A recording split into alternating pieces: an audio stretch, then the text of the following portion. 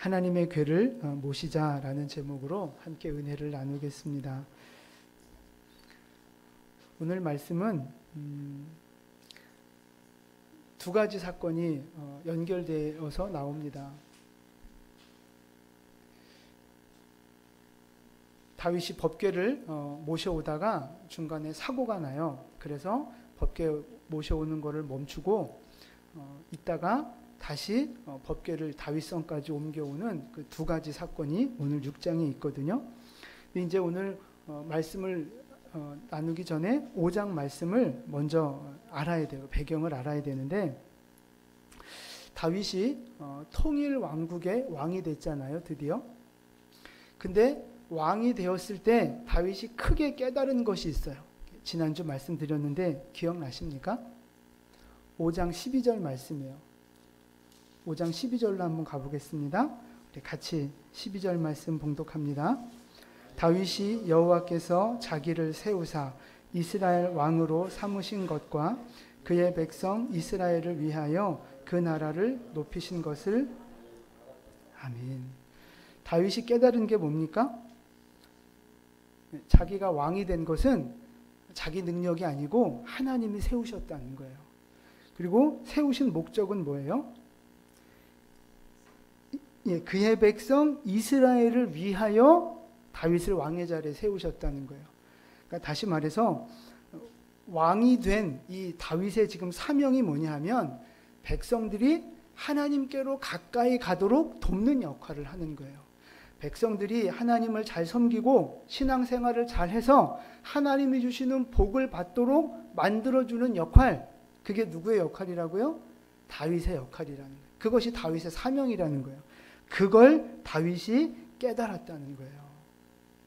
그래서 다윗이 이걸 깨닫고 나서 곧바로 시작하는 일이 뭐냐 하면 오늘 6장에 법궤를 모셔오는 일을 하는 거예요. 그리고 7장으로 가면 성전 건축에 대한 이야기가 나오는 거예요.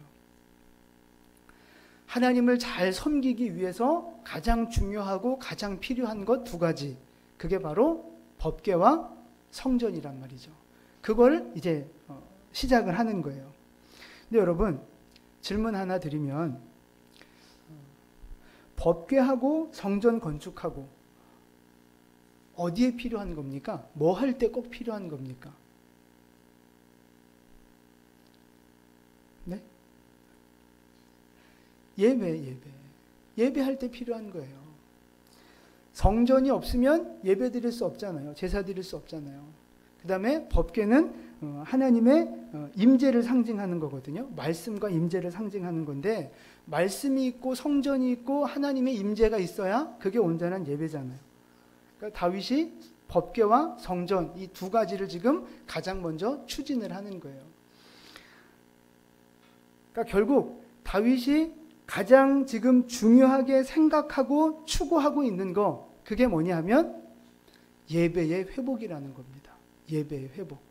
법궤를 다시 가지고 오고 성전을 건축하면서 온전한 예배를 회복하기를 원하고 있었던 거예요. 사울 시대 때는 제대로 예배드리지 않았습니다. 제대로 기도하지 않았어요. 그래서 망한 거거든요. 그래서 다윗이 하나님이 자기에게 주신 사명을 깨닫고 다시 예배를 회복하기 위해서 법궤를 모셔오고 성전을 건축하고 그렇게 되는 거예요. 예배를 회복해야 백성들이 복을 받으니까, 예배를 회복해야 하나님의 은혜를 경험하니까 다윗이 지금 법궤와 성전을 위한 사역을 하고 있는 것입니다. 예배를 잘 드리면 하나님의 복이 임하는 줄 믿으시기 바랍니다. 예배를 잘 못 드리면 어떻게 돼요? 끝나는 거죠, 뭐. 예배를 잘 드려서 복 받은 사람이 누구예요? 그게 다윗이에요. 오늘 성경에 나오는 다윗. 그럼 예배를 잘 못 드려서 망한 사람은 누구예요? 그렇죠, 사울이죠. 그리고 오늘 6장에 두 명이 또 나와요. 그게 우사라는 사람하고 사울의 딸 미갈이라는 사람이 나와요. 요거는 이제 다음 주에 살펴볼 말씀이에요. 어쨌든 예배가 회복되어져야 그 백성들이 복을 받는다는 거예요. 예배가 회복되어져야 하나님의 백성들이 복을 받는다는 거예요. 여러분 안에 온전한 예배가 회복될 수 있기를 축복을 드립니다. 예배를 정말 잘 드리셔서 하나님의 복을 받아 누리는 여러분 되시기를 축복합니다. 아멘. 그럼 어떻게 해야 예배를 잘 드리는 거예요?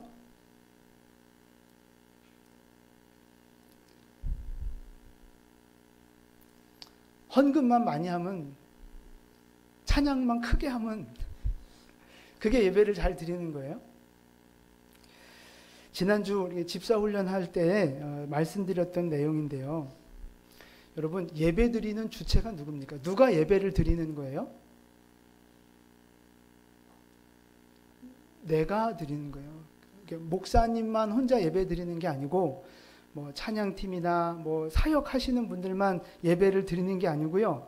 예수 믿는 우리 모두가 예배자가 되어야 하는 거예요. 찬양하는 사람, 설교하는 사람만 예배 드리는 거고, 나머지는 앉아서 구경하는 거고, 그게 아니라는 거예요. 그래서 예배는 본다라고 말씀하시면 안 되고, 예배는 드린다라고 말씀하셔야 되는 거예요. 예배를 보는 게 아니고 드리는 거예요. 뭘 드려요? 그러니까 예배를 드린다는 게 뭐냐고요. 뭘 드리는 거예요? 여러분, 뭘 드리세요? 그쵸? 맞아요. 우리 최고예요, 최고. 예배는요, 그냥 와서 앉아있다가 말씀만 듣고 가는 게 예배가 아니고, 나의 믿음을 드리는 거예요. 나의 삶을 드리는 거고, 하나님을 향한 나의 고백과 찬양을 드리는 거예요. 그게 예배예요. 그 드리는 것은, 하나님 앞에 예배 드리는 것은 준비된 모습들이 필요하다는 거예요. 그냥 예배 오지 마시고 준비해서 예배 오시라는 거예요. 여러분, 예배 준비는 누가 하는 거예요? 네? 네, 저보고 다 하라고 하지 마시고 예배 드리는 여러분 한 분 한 분이 예배를 준비해서 예배를 드리셔야 되는 거예요.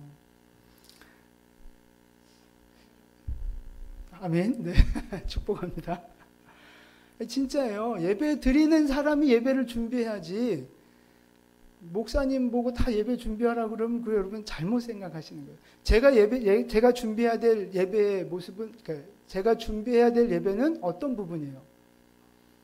저는 말씀을 준비하는 거예요. 그럼 여러분들이 준비해야 될 예배의 준비는 뭡니까? 첫 번째는 맡겨진 사역을 하시는 거예요. 맡겨진 사역, 직분에 따라 이렇게 사역에 따라 맡겨진 사역들이 있잖아요. 그거를 잘 준비해 갖고 오시는 그것이 사역이에요. 청소든 주방이든 뭐 이렇게 연약한 분들 섬기는 거든, 그게 다 예배를 준비하는 모습이에요. 또 하나 준비할 게 있어요. 무슨 준비가 필요해요? 기도 준비가 필요한 거예요. 사모하는 마음이 준비가 되어져야 되는 거예요. 주일날 그냥 오시면 안 돼요. 준비하고 오셔야 돼요. 기도로 준비하고 오셔야 돼요. 예배를 위해서, 목사님을 위해서, 다른 성도와 예배를 위해서 기도하고 오셔야 돼요. 기도하고 준비하고 오신 분 한번 손 들어보세요. 네. 그냥 오시면 안 돼요, 여러분. 준비하고 오셔야 돼요.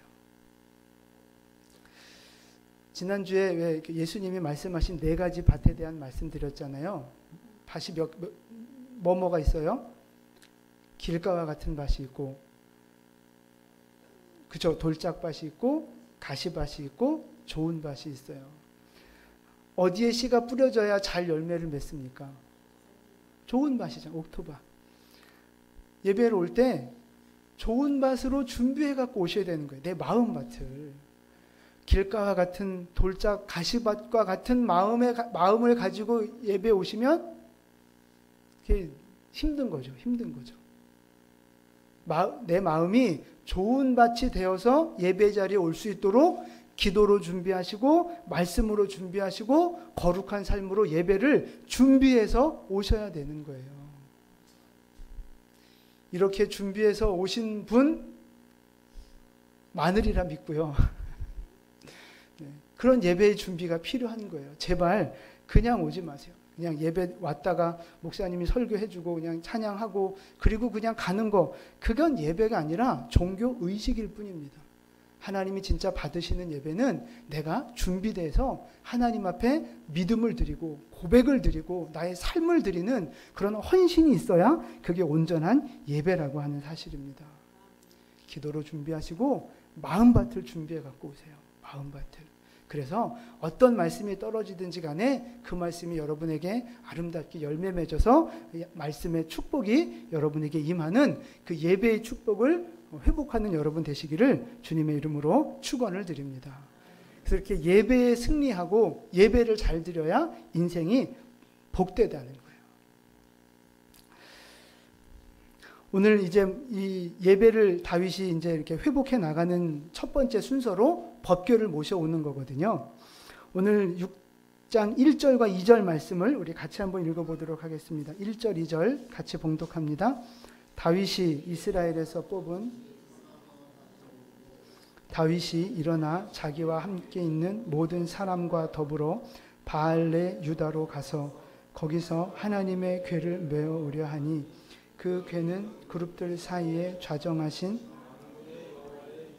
불리는 것이라. 아멘. 잘 보세요.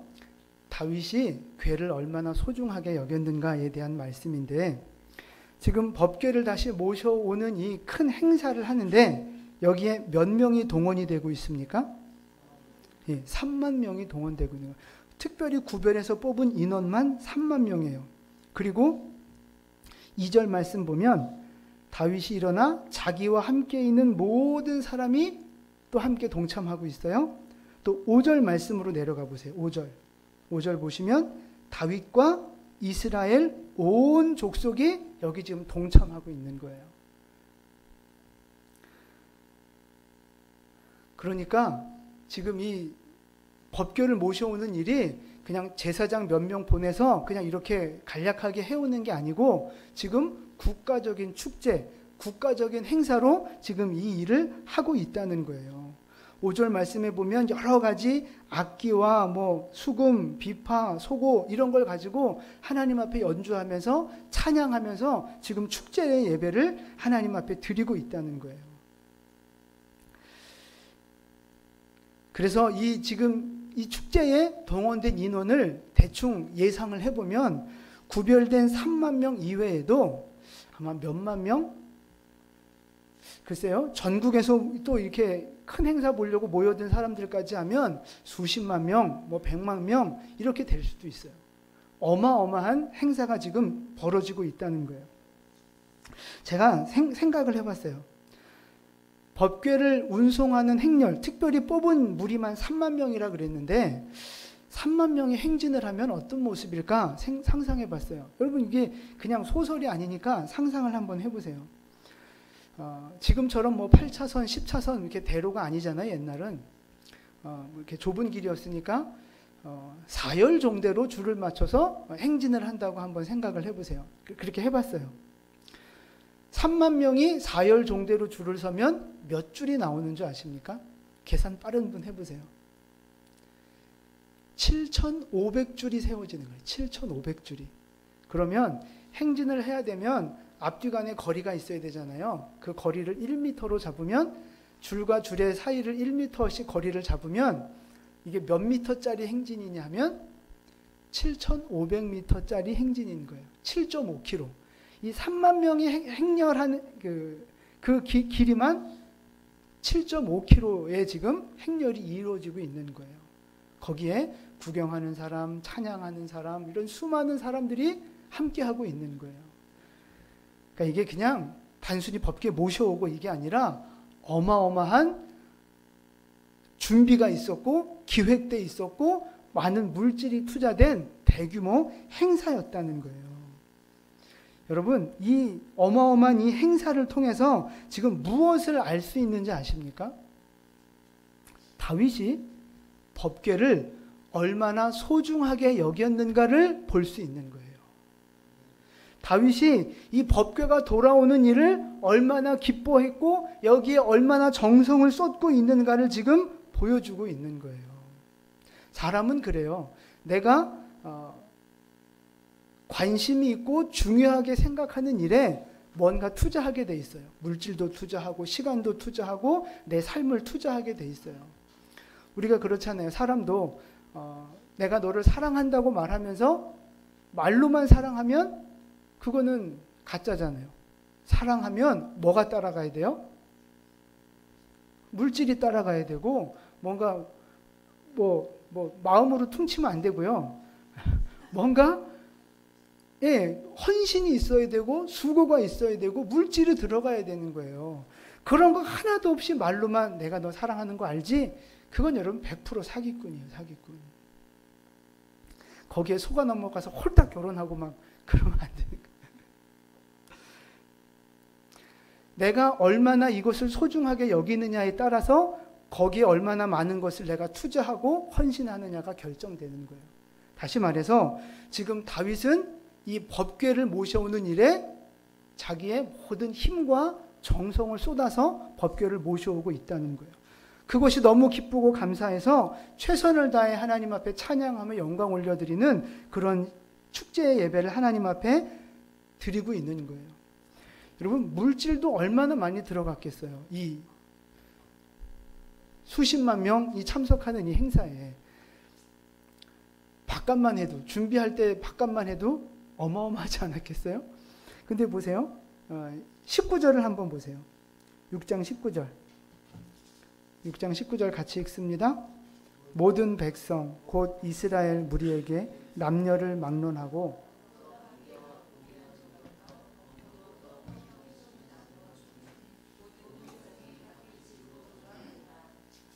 아멘. 지금 여기 참석한 모든 사람들한테 뭘 줬어요? 네, 먹을 걸 준 거예요. 떡 하나, 고기 한 덩이, 건포도 한 덩이. 아마 고기도 적어도 한 근씩은 주지 않았겠습니까? 한 사람 앞에. 이걸 돈으로 따지면 어마어마한 거예요. 어마어마한 거. 다윗이요, 법궤를 모시는 일을 그만큼 중요하게 생각하고 정성을 들였다는 거예요. 소중하게 여기는 것만큼 거기에 관심을 갖고 희생하고 헌신하게 되어 있다는 말씀입니다. 여러분, 그렇다면 여러분은 어떻습니까? 하나님의 말씀을 얼마나 소중하게 여기고 계십니까? 하나님을 얼마나 소중하게 여기고 계시고 하나님을 예배하는 일에 하나님의 몸된 이 교회를 얼마나 소중하고 중요하게 여기고 계신가 하는 것입니다. 다들 중요하고 소중하게 여기시리라고 저는 생각해요. 이 중에서 물어봤을 때 저는 별로 중요하다고 생각하지 않는데요. 이렇게 대답하실 분은 아무도 없어요. 다 중요하다고 생각하실 겁니다. 말씀하실 거예요. 근데 중요한 건 이게 아까 그 사기꾼이 사랑하듯이 말로만 그렇게 중요하다고 말하고 끝내면 안 된다는 거예요. 말로만 중요하다고 생각하는지 아니면 진짜 하나님을 내 삶의 가장 중요한 분으로 생각하고 있는지 그걸 어떻게 알 수 있는지 아십니까? 어떻게 그걸 테스트해 볼 수 있을까요?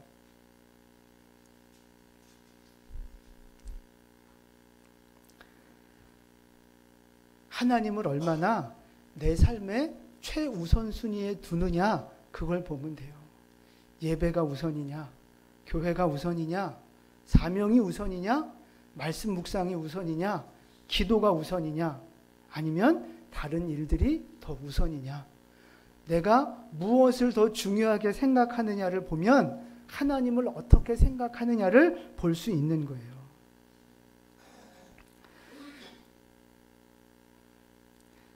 진짜 하나님을 중요하게 생각하시고 교회를 중요하게 여기시는 분들은 헌신하게 돼 있어요. 희생하게 돼 있어요. 교회를 위해 수고하고 희생하고 내 삶을 드리고 사역하는 거예요. 성경을 읽는 일에도 내 시간을 드리는 거예요.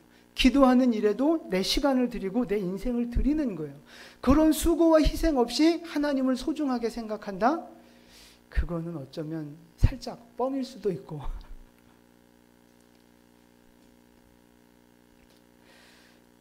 하나님을 진심으로 사랑하고 나의 가장 소중한 분으로 여러분 고백하실 수 있기를 축복을 드립니다. 예수님도 그러셨잖아요. 내가 너를 사랑한다. 우리를 향해 사랑한다 말씀하시면서 그 증거로 뭐 하셨어요? 십자가에서 죽으셨단 말이에요. 나를 사랑한다 말씀하시고 말로 끝내지 않고 그 사랑을 증명하기 위해서 십자가에서 피 흘려 죽으셨단 말이에요. 그럼 우리는요? 나는요? 예수님을 사랑하고 교회를 사랑한다고 하면서 그 증거로 주님을 위해 무슨 희생을 하고 있느냐 하는 거예요. 무슨 헌신을 하고 있느냐 하는 거예요. 내가 주님을 진짜 소중하게 생각하고 있다면 그 많은 헌신과 수고가 따라가야 한다는 것입니다. 하나님을 위해서, 주님의 몸된 교회를 위해서 여러분 진짜 수고하고 헌신하시기를 바라요. 기도하는 일에 헌신하시고 말씀을 묵상하고 지키는 일에 헌신하시고 교회에 맡겨주신 사명을 위해 헌신하시고 하나님을 위해 쓰임받는 여러분 되시기를 축복을 드립니다. 그렇게 하나님 앞에 수고하고 헌신하는 여러분들 하나님께서 반드시 갚으시고 축복으로 채워주실 줄로 믿습니다. 아멘. 그것이 다윗의 인생이었다는 거예요. 그래서 이제 그 법궤를 큰 행사를 하면서 운반을 해 가는데 운반을 해 나가다가 지금 큰 사고가 나요. 사람이 한 명 죽어요. 우사라고 하는 사람이 이제 법궤를 손대다가 죽거든요. 왜 이런 일이 일어났을까? 왜 하나님이 이 예배와 이 축제의 시간에 사람을 죽게 하셨을까? 이 말씀은 다음 주에 드리도록 하겠습니다. 네. 우사가 왜 죽었는가? 궁금하시면 500원. 다음 주에 빠지지 말고 꼭 오세요. 어쨌든 이제 중요한 건 법궤를 옮기다가 인사사고가 발생하면서 더 이상 다윗이 옮기려고 했던 곳으로 못 옮기고 중간에 오벳 에돔의 집으로 옮겨가요. 그 말씀이 9절과 10절 말씀이거든요. 9절 10절 우리 같이 읽습니다. 다윗이 그날에 여호와를 두려워하여 이르되 여호와의 궤가 어찌 내게로 오리요 하고 다윗이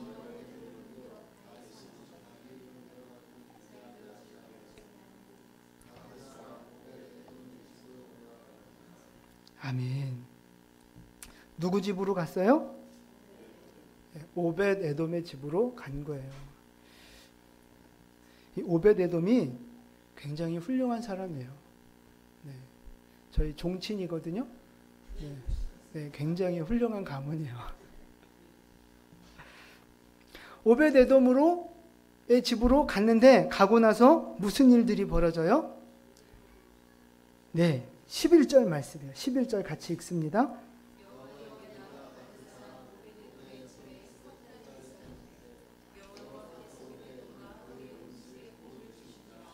아멘. 법궤가 들어가고 나서부터 오벳 에돔과 그의 집에 하나님이 복을 내려주기 시작하시는 거예요. 법궤를 모시는 가정에 하나님의 복이 임하기 시작하더라 하는 것입니다. 여러분 이게 축복이에요. 법궤를 모셔드리는 게 축복이에요. 법궤를 모셔드리면 왜 복을 받는 줄 아십니까? 사진을 한 장 보여드릴게요. 법궤의 모양을 하나 보여드리겠습니다.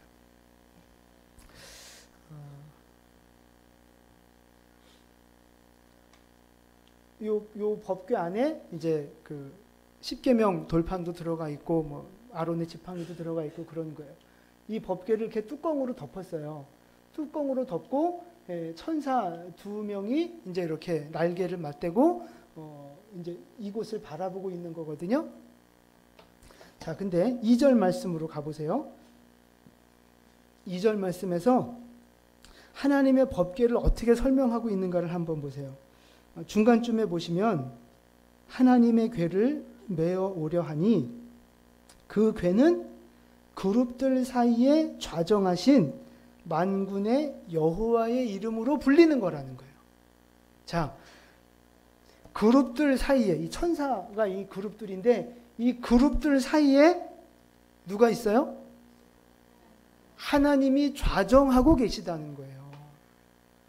이 법궤 위에 이 가운데에 하나님이 좌정하고 앉아 계시다는 거예요. 거기에 하나님이 임재하고 계시다는 거예요. 그래서 이 법궤의 뚜껑 위에 이 가운데를 속죄소라고 해요. 성경에서 속죄소. 그러니까 여기에서 죄가 용서받는 은혜가 여기에서부터 시작이 되는 거예요. 또 다른 말로 이 속죄소를 이 가운데를 뭐라고 부르느냐 하면 시은좌라고 하는 거예요. 시은좌. 은혜를 베푸는 보좌라는 뜻이에요. 시은좌. 하나님께서 은혜의 보좌를 저기에 베풀어 놓으시고 저기에서부터 은혜를 베푸신다 하는 거예요. 그러니까 법궤가 있는 곳에 뭐가 있어요? 하나님의 임재가 있는 거예요. 하나님의 임재가 있는 곳에 뭐가 있는 거예요? 은혜와 축복이 있는 거예요.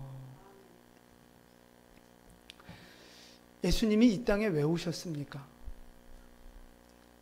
처음에 이 땅에 오신 이유는 복 주시기 위해서 오셨어요. 구원하시고 용서하시고 천국 백성 삼으시려고 오신 거예요. 그래서 예수님이 가시는 곳마다 죽은 자가 살아나고 병든 자가 고침을 받고 상처받은 자가 위로받는 생명의 역사, 축복의 역사가 있었단 말입니다.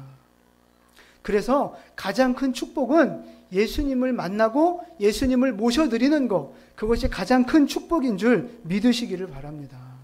예수님이 주신 어떤 은혜를 받는 것도 중요하지만 하나님을 만나는 것, 하나님의 복을 경험하는 것, 그것이 진짜 축복이라는 거예요. 예수님이 복으로 우리에게 임재하셨다는 말씀입니다. 법궤도 마찬가지예요. 법궤를 우리에게 축복으로 주셨어요. 축복으로. 법궤가 있는 곳에 하나님의 임재가 있고 하나님의 임재가 있는 곳에 은혜가 있는 거예요. 법궤가 있는 곳에 말씀이 있고 말씀이 있는 곳에 하나님의 은혜가 임하는 것입니다. 그래서 오벳에돔이 복을 받게 된 거예요. 하나님을 모셔드리니까, 법궤를 모셔드리니까, 하나님이 그 가정에 임재하시니까 오벳에돔과 그 가정이 복을 받기 시작했다는 말씀입니다. 사랑하는 성도 여러분, 하나님의 이 법궤를 여러분의 마음속에, 삶 속에 모셔드릴 수 있기를 축복을 드립니다. 이 하나님의 법궤를 여러분의 가정 안으로 모셔드릴 수 있기를 축복을 드립니다. 가정이 성전되게 하는 거예요. 가정 안에서 예배하는 거예요. 가정 안에서 찬양하고 가족들이 함께 말씀을 나누는 가정을 성전되게 만드는 은혜가 있어야 한다는 거예요. 그럴 때 우리에게 하늘의 복이 시작되는 줄 믿으시기를 바랍니다.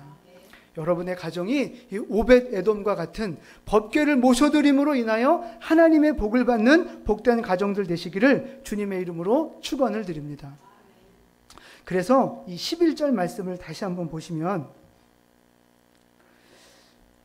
여호와의 궤가 가드 사람 오벳에돔의 집에 이렇게 돼 있잖아요. 이 성경을 다시 바꿔서 읽는 거예요. 우리는 가드 사람이 아니고 어디 사람이에요? 네, 한국 사람이잖아요. 오벳에돔의 이름 대신 여러분의 석자 이름을 넣으세요.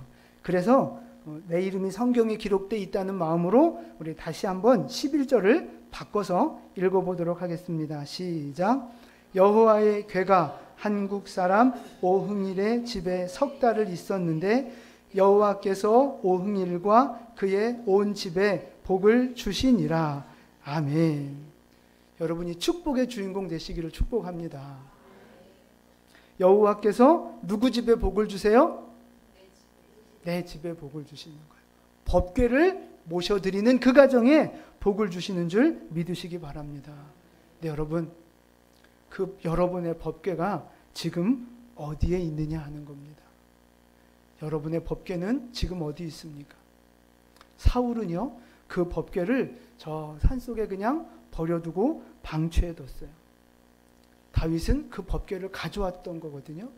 여러분, 여러분의 법궤는 지금 어디 있습니까?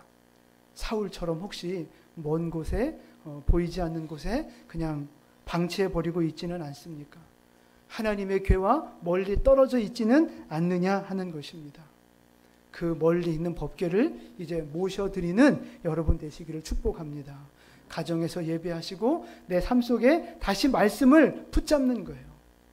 성경을 제발 들고만 다니지 마시고 펴서 읽으시기를 바래요. 말씀을 묵상하는 여러분 되시기를 바래요. 사울은요, 하나님의 백성이었잖아요. 유대인이었잖아요.